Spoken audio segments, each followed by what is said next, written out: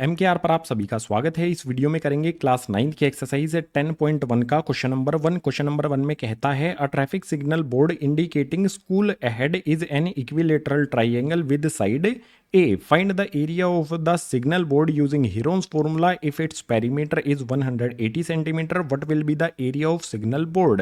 एक signal board है जिस पर लिखा हुआ है स्कूल अहेड, इस तरह का सिग्नल बोर्ड लगा हुआ है। ये जो भी सिग्नल बोर्ड है ये एक इक्विलेटरल ट्राइंगल है, यानी कि इसकी सभी साइड से एक दूसरे के इक्वल हो जाएंगी। जो भी साइड है वो हमें ए दी गई है, तो मैं क्या कहूंगा कि भाई ये साइड ए है तो ये भी ए हो जाएगी और ये भी ए हो जाएगी, क्योंकि इक्विलेटरल ट्राइंगल की सभी साइड से एक दूसरे के इक्वल होती हैं, तो इसकी तीनों साइड ए हो जाएंगी। अब यहां पर हमें इसका एरिया फाइंड करना है। इसका पेरीमीटर जो है ना वो 180 सेंटीमीटर हमें दिया गया है, तो सॉल्यूशन में सबसे पहले यहां पर लिख लेंगे पेरीमीटर, और पेरीमीटर हमें कितना दिया गया है 180 सेंटीमीटर दिया गया है, तो इसके सामने 180 सेंटीमीटर यहां पर लिख देंगे। अब पेरीमीटर का फॉर्मूला क्या होता है भाई, जो भी ट्राइंगल होता है ना उसकी तीनों साइड्स को हमें ऐड कर देना होता है। तीनों साइड ए यहां पर जो है इनको हम ऐड कर देंगे, यानी कि पेरीमीटर में क्या आ जाएगा, यहां पर फॉर्मूला लिखेंगे इसका ए प्लस में ए यहां पर आ जाएगा इक्वल्स टू में 180 हमारा एज इट इज आ जाएगा।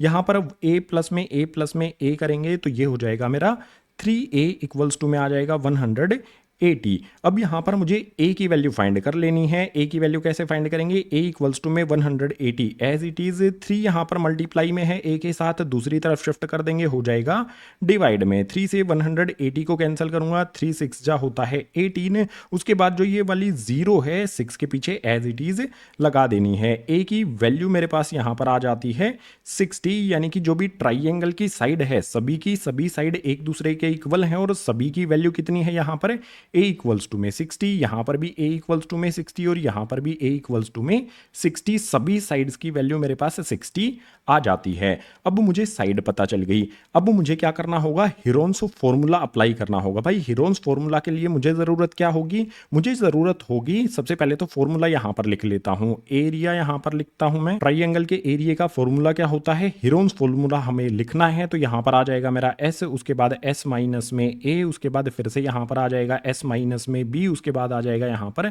s माइनस में c। जो भी ट्राइंगल की तीनों साइड हैं वो a b और c होती हैं। अभी हमें s के बारे में नहीं पता है, तो s कैसे फाइंड किया जाता है, s इक्वल्स टू में होता है पेरीमीटर अपॉन में 2। या तो हम तीनों साइड्स को ऐड कर सकते हैं, 60 प्लस में 60 करके 2 से डिवाइड कर दें। अगर हमें पेरीमीटर पता है तो हमें जस्ट इसको 2 से डिवाइड कर देना है। तो पेरीमीटर की जगह पर P4 पेरीमीटर, इसकी जगह पर आ जाएगा 180 अपॉन में आ जाएगा 2 से कैंसिल करूंगा 180 को, तो यहां पर मिल जाएगा मुझे 90, यानी कि s की वैल्यू मुझे मिल जाती है 90। जो भी यहां पर ये ट्राइंगल है इसकी तीनों साइड्स मुझे पता है 60 60 60 हैं, और s की वैल्यू भी मुझे पता है। जहां पर भी इस फॉर्मूले में s आता है उस s की जगह पर मुझे 90 पुट कर देना है। तो फॉर्मूले के अकॉर्डिंग चलते हैं, वैल्यूज पुट करते हैं। सबसे पहले s आता है 90 पुट करेंगे, उसके बाद ब्रैकेट के अंदर यहां पर देखो s माइनस में a है, s की जगह पर 90 माइनस में a हमारी कौन सी साइड होगी, देखो a हमारी ये वाली साइड ले लेते हैं, ये हो जाएगी हमारी यहां पर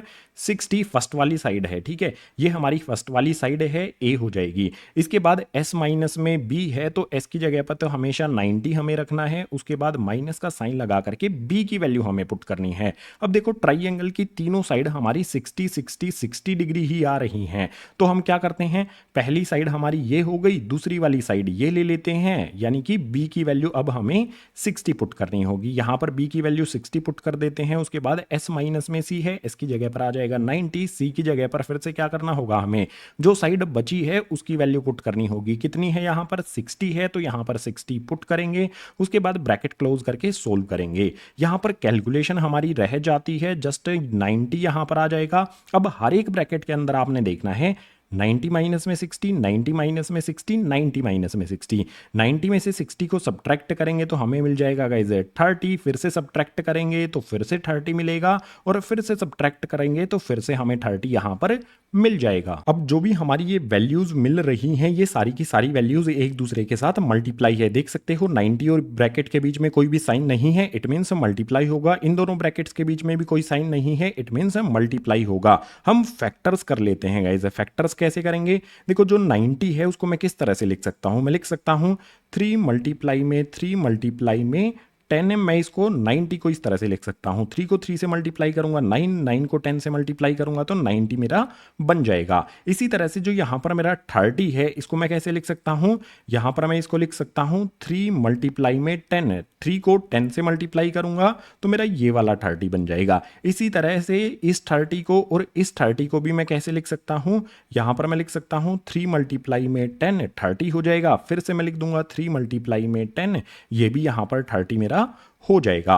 अब मुझे यहां से फायदा क्या होगा? ये फैक्टर्स करने का। अगर मेरे पेयर्स बन जाते हैं ना, जैसे यहां पर आप देखो 3 का यहां पर पेयर बन गया है। अगर पेयर बन गया है तो इसमें से एक 3 बाहर आ जाएगा, ठीक है। पेयर में से एक वैल्यू यहां पर हमने बाहर निकाल ली। इसी तरह से यहां पर आपने देखना है कि भाई ये यहां पर 3 है और ये यहां पर 3 है।